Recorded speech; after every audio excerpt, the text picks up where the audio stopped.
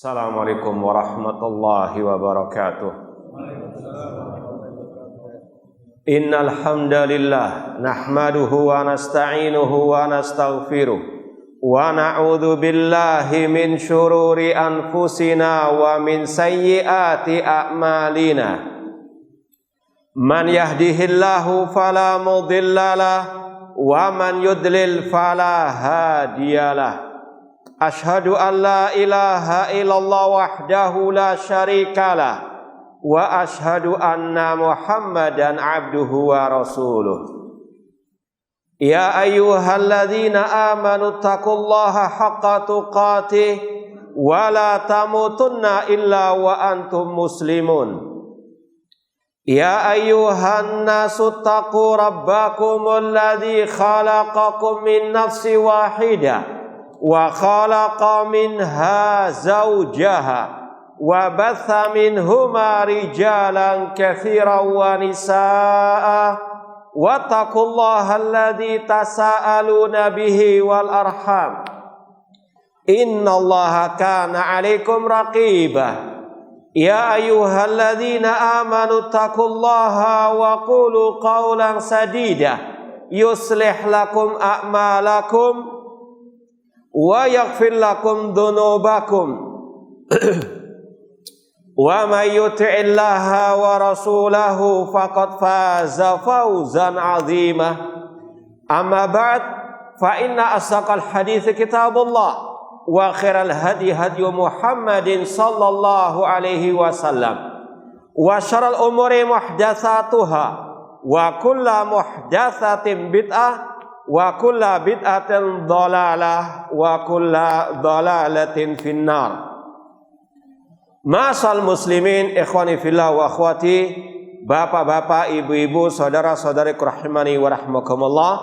Alhamdulillah, segala puji bagi Allah Subhanahu wa taala yang mempertemukan kita kembali dalam kajian kitab atau kutub tafsir wa bayan li a'dham suratin fil Quran atau tafsir surat Al-Fatihah oleh Fadilatul Syekh Muhammad bin Jamil Zainu rahimahullah ta'ala.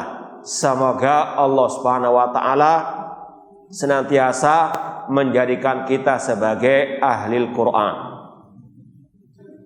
Kita lanjutkan halaman 16, masih berkaitan dengan keutamaan surat Al-Fatihah sebagai ruqyah, pengobatan dengan membacakan surat Al-Fatihah, yaitu yang berkaitan dengan hadis Abu Sa'id Al-Khudri radhiyallahu taala anhu. Kita baca qala Ibnu Qayyim fil Jawabil Kafi fi safhati tsalitsah. Al-Imam Ibnu Qayyim rahimahullah dalam kitab beliau yang berjudul Al-Jawabul Kafi di halaman 3, Imam Ibnu Qayyim rahimahullah dikenal sebagai ahli pengobatan jasmani dan rohani, ya.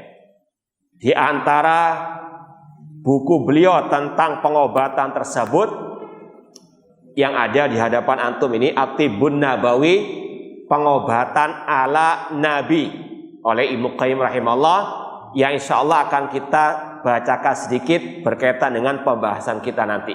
Mau kita tambahkan dari kitabnya langsung, dari kitab beliau At-Tibbun Nabawi. Sekarang kitab beliau yang lain Al-Jawabul Kafi di halaman 3 beliau berkata faqad asarahuna ad-dawa'u fi hadada wa azalahu.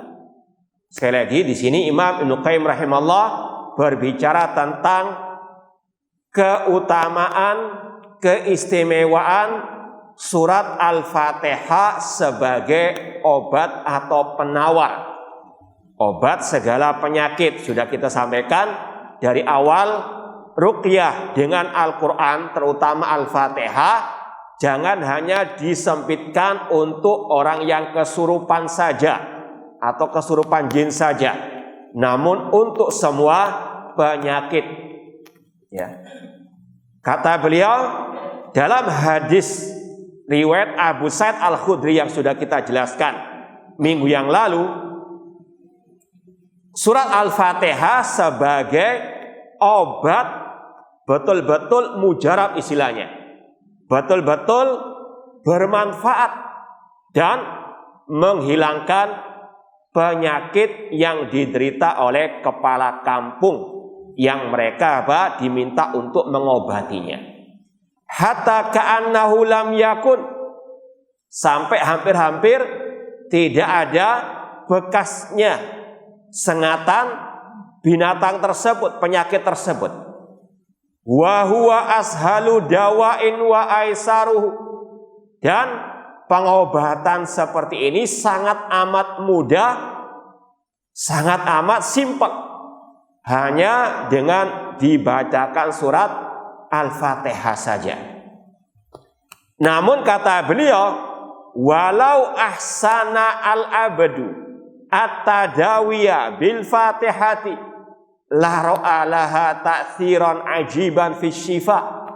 Seandainya seorang hamba betul-betul bisa menguasai, menjiwai pengobatan dengan surat Al-Fatihah, maka sungguh dia akan melihat dampak positif yang sangat luar biasa dalam penyembuhan penyakit.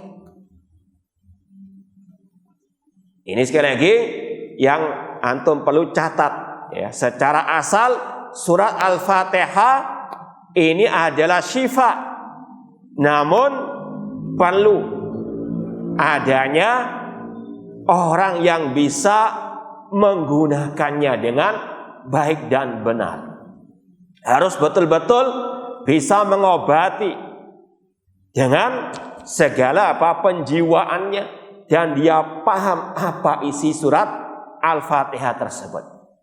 Insya Allah akan ada tambahan penjelasan dari beliau di kitab tadi At-Tibbun Nabawi.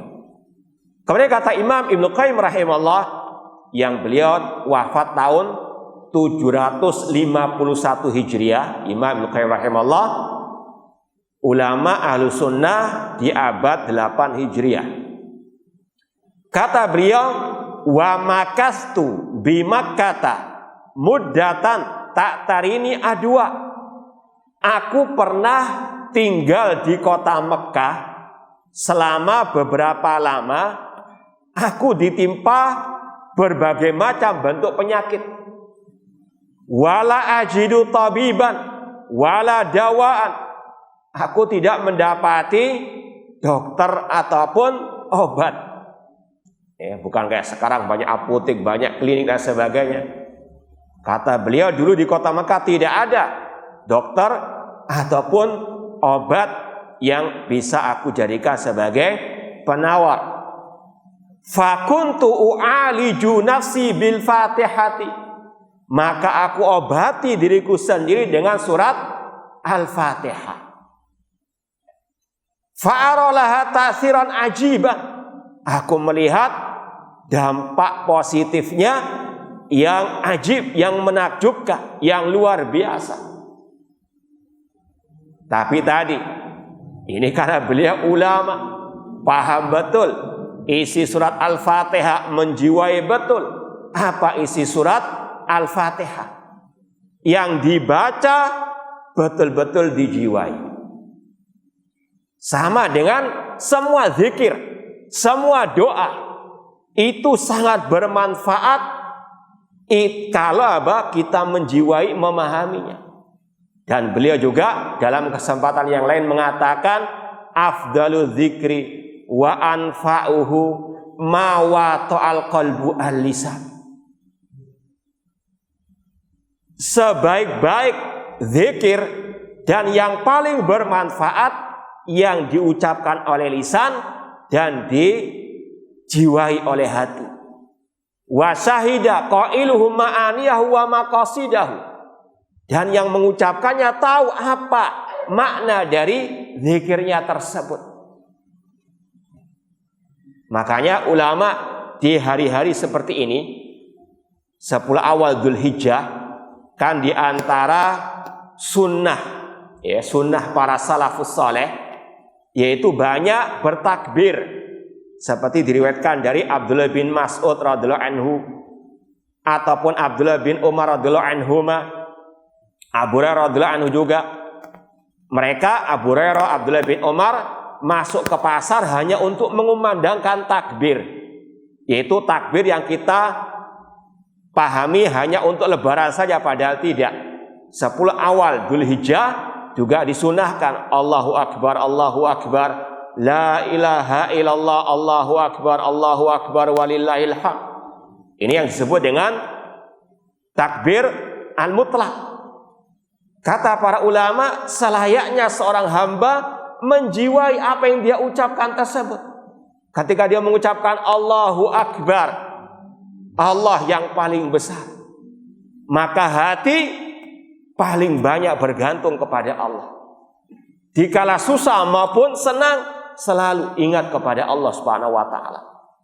Ketika susah, minta tolong kepada Allah, istighosah hanya kepada Allah.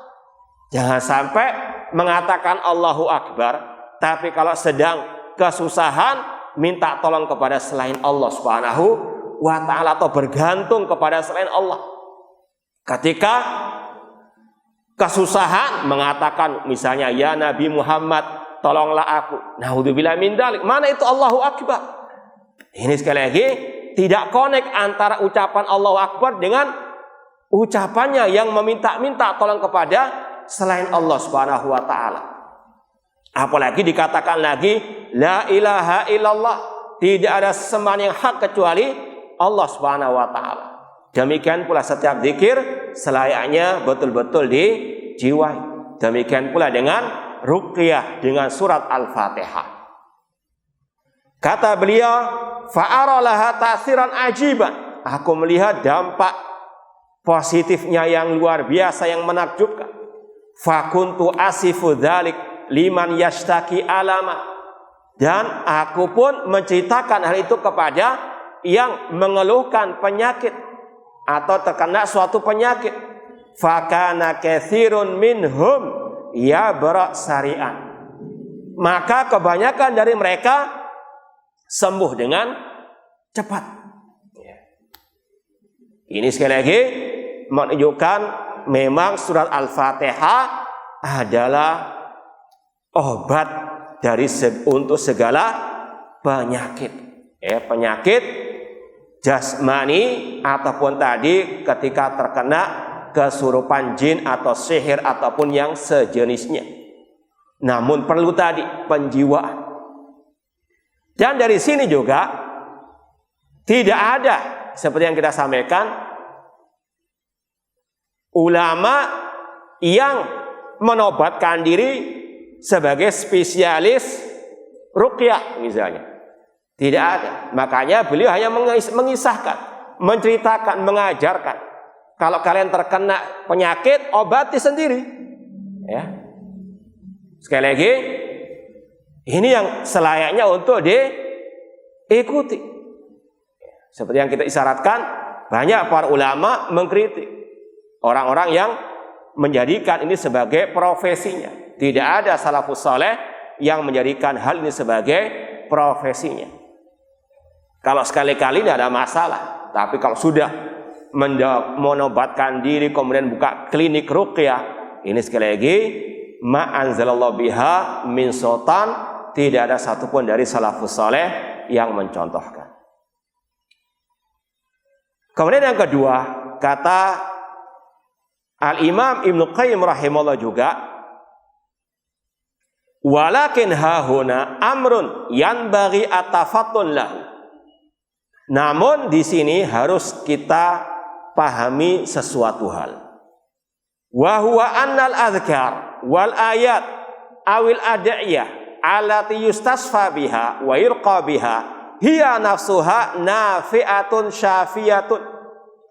Bahwasanya zikir-zikir Nabi tentang ruqyah, sekali lagi kemarin sudah kita sampaikan ucapan Al-Imam Ibnu Hajar Al-Asqalani rahimahullah tentang 3 syarat bolehnya ruqyah. Yang pertama apa?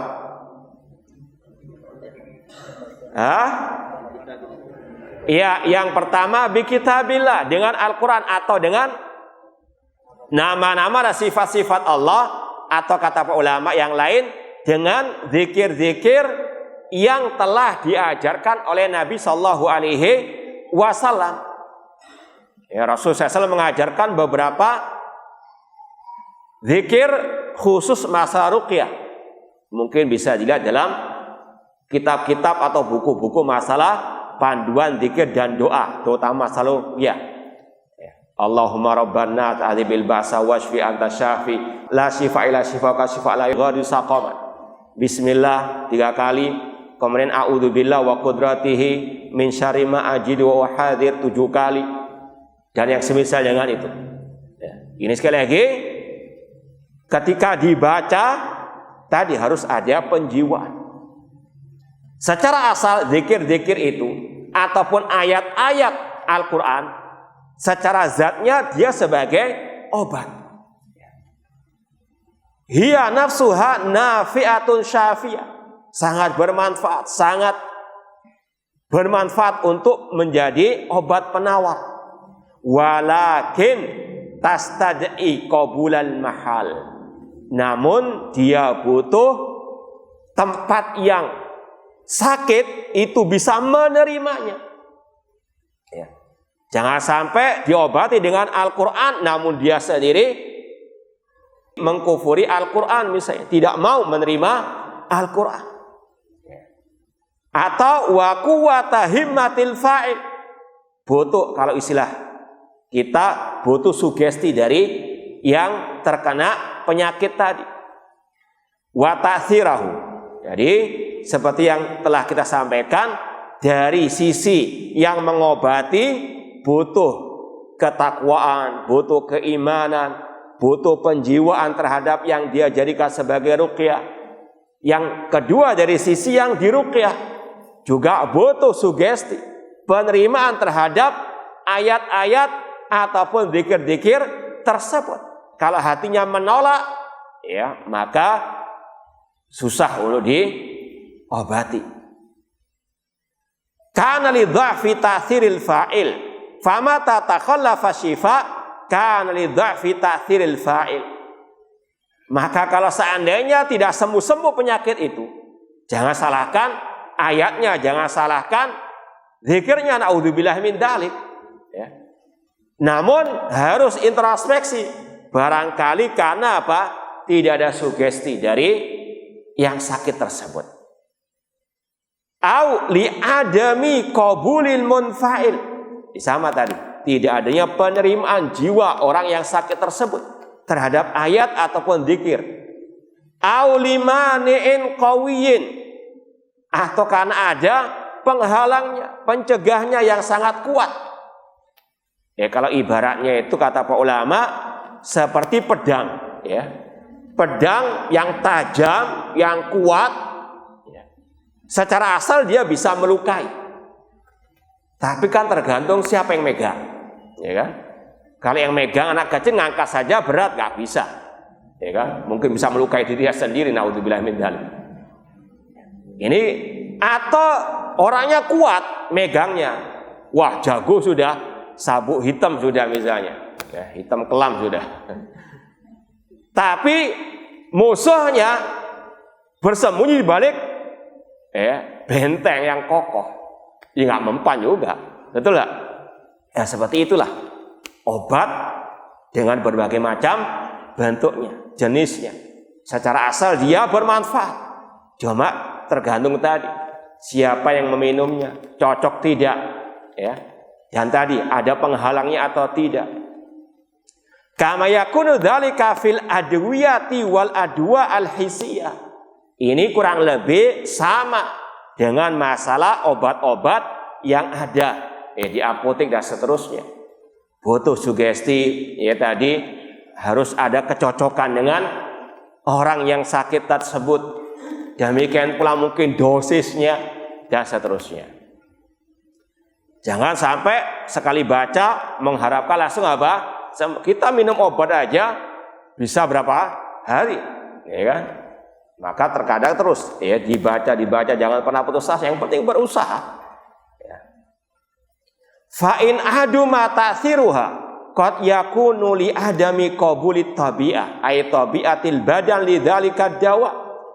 Kalau tidak ada efek dari obat tersebut, maka bisa jadi karena tidak ada connect dengan badan orang yang sakit tersebut. Wa qad yakunu limani'in qawiyyin yamna min iqtida'i atharahu. Ini sama dengan tadi, atau ada penghalang yang kuat yang mencegah pengaruh dari obat tersebut.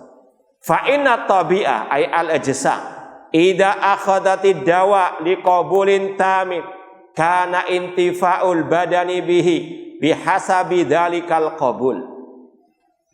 Tabiat badan tubuh manusia kalau betul-betul bisa menerima obat tersebut, ini sekali lagi berlaku umum, baik dari obat Al-Quran ataupun dari obat-obat buatan manusia. Kalau tubuh manusia menerimanya dengan baik dan benar, maka itu sangat bermanfaat. Fakadzalikal qalbu idza akhadha ar-ruqa wa ta'awid biqabulin tamin wa kana lirraqi nafsun fa'alatun wa himmatun mu'assiratun fi izalatid da'. Demikian pula dengan penyakit hati. Kalau dia betul-betul menerima ruqyah dari ayat ataupun dari zikir-zikir ala Rasulullah SAW dan menerimanya dengan betul-betul penerimaan, dan yang meruqyah juga sama di atas ketakwaan, keimanan yang benar, sugesti, maka insya Allah dengan seizin dari Allah akan bisa menghilangkan penyakit tersebut. Makanya sudah kita sampaikan tadi, Imam Ibnu Hajar Asqalani rahimahullah mengatakan ada 3 syarat dibolehkannya ruqyah. Yang pertama harus dengan kitabullah atau dengan zikir-zikir ala Rasul atau dengan nama dan sifat Allah. Yang kedua dengan bahasa Arab atau bahasa yang bisa dipahami, karena jangan sampai dicampur dengan mantra-mantra syirik. Yang ketiga, tidak boleh meyakini ruqyah itu sebagai penyembuh, semuanya dengan seizin dari Allah Subhanahu wa taala. Karena Asy-Syafi huwallah. Namanya Asy-Syafi, yang menyembuhkan hanyalah Allah Subhanahu wa taala.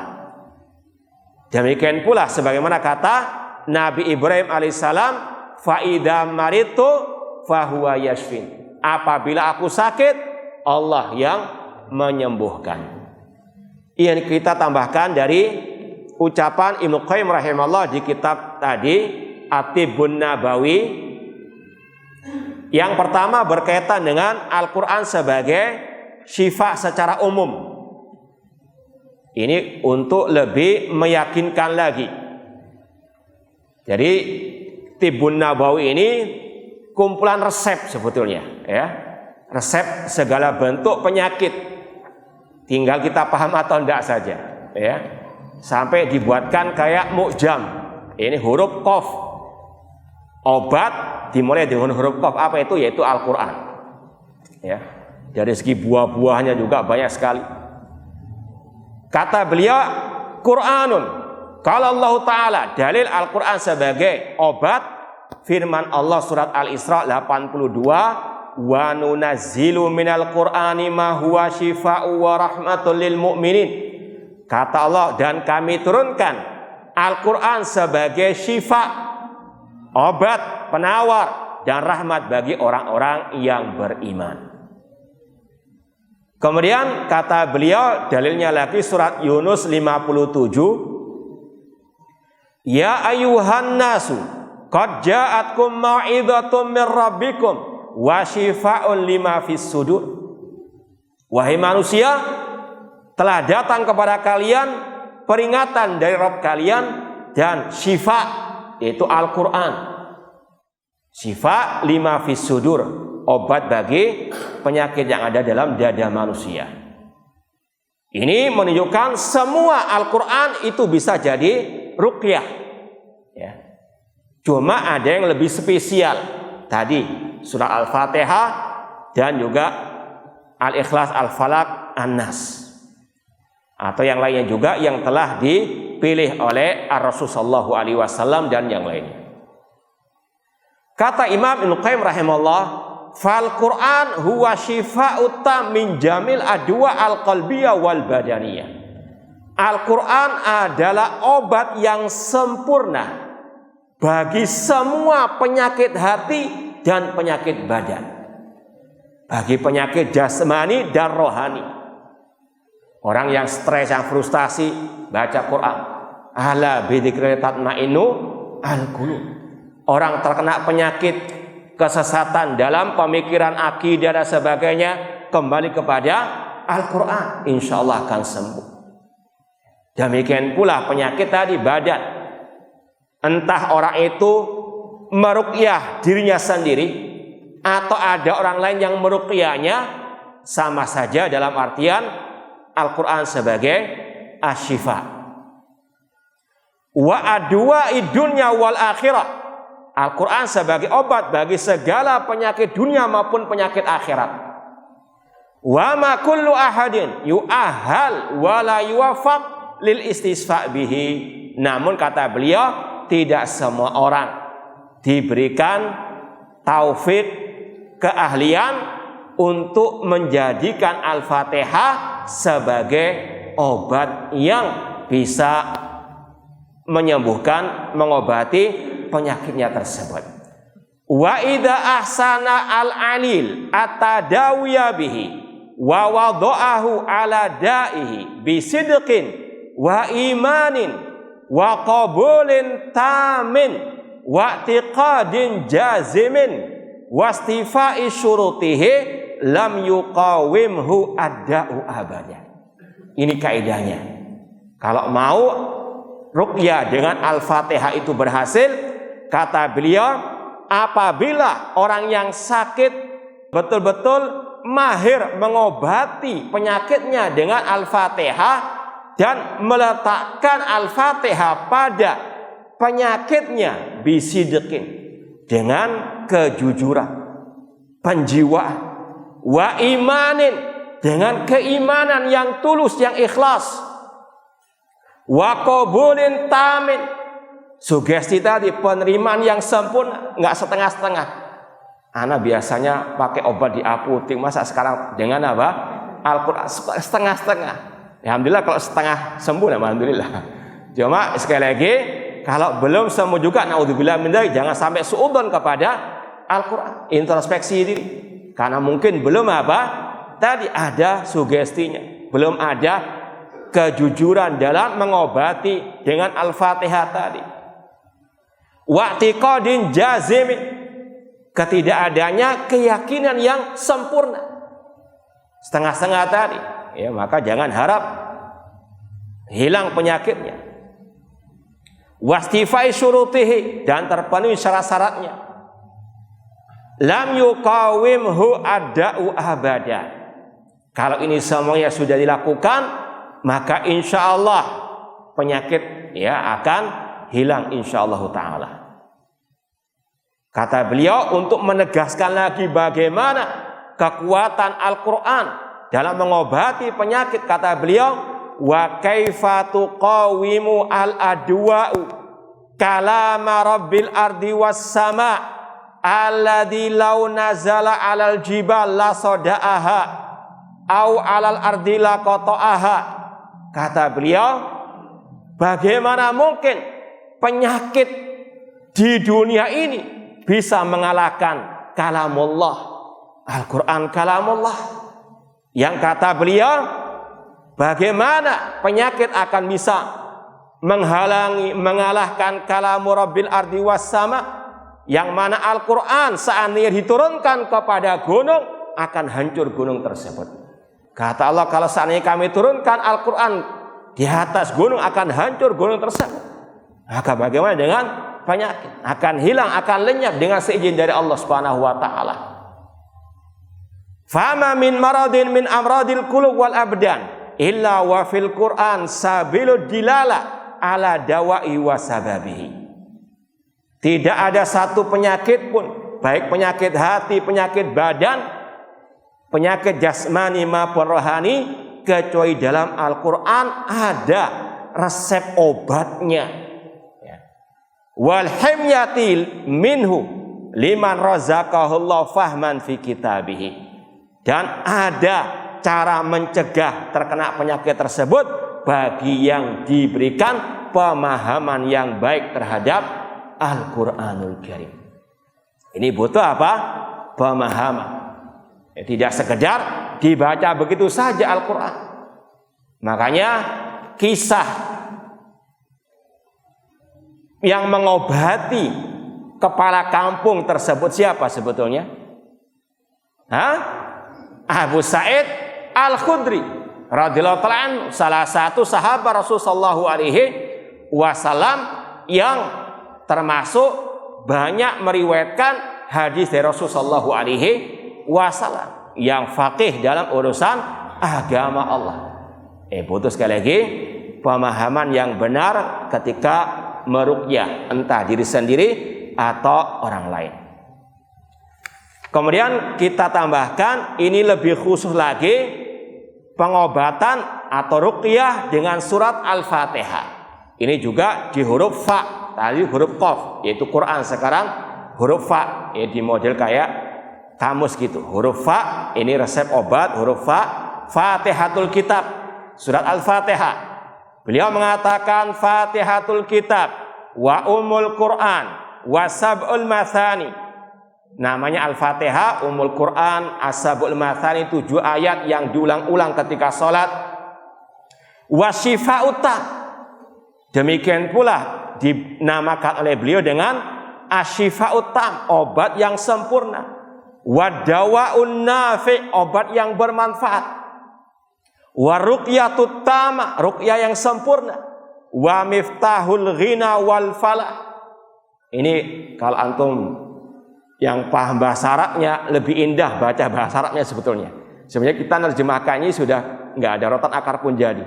Sebetulnya ini ya merusak keindahan isi dari ucapan Imam Ibnu Qayyim rahimahullah. Ya, kalau bahasa Arabnya sendiri luar biasa di sini. Kata beliau, Al-Fatihah itu miftahul ghina wal falah, kuncinya kekayaan dan keberuntungan. Hafidatul quwati, menjaga kekuatan kecerdasan. Wadafiatul hammi wal gham, bisa mengusir segala bentuk kegundah-gundahan ataupun kesusahan, kegelisahan, wal khauf, ketakutan, wal hus, kesusahan. Liman arafa miqdaraha, namun bagi siapa? Bagi yang memahami kedudukan surat Al-Fatihah. Wa a'taha haqqaha, dan dia betul-betul memberikan hak surat Al-Fatihah. Wa ahsana tanzilaha ala da'i, dan betul-betul bisa menggunakannya dalam pengobatan penyakitnya.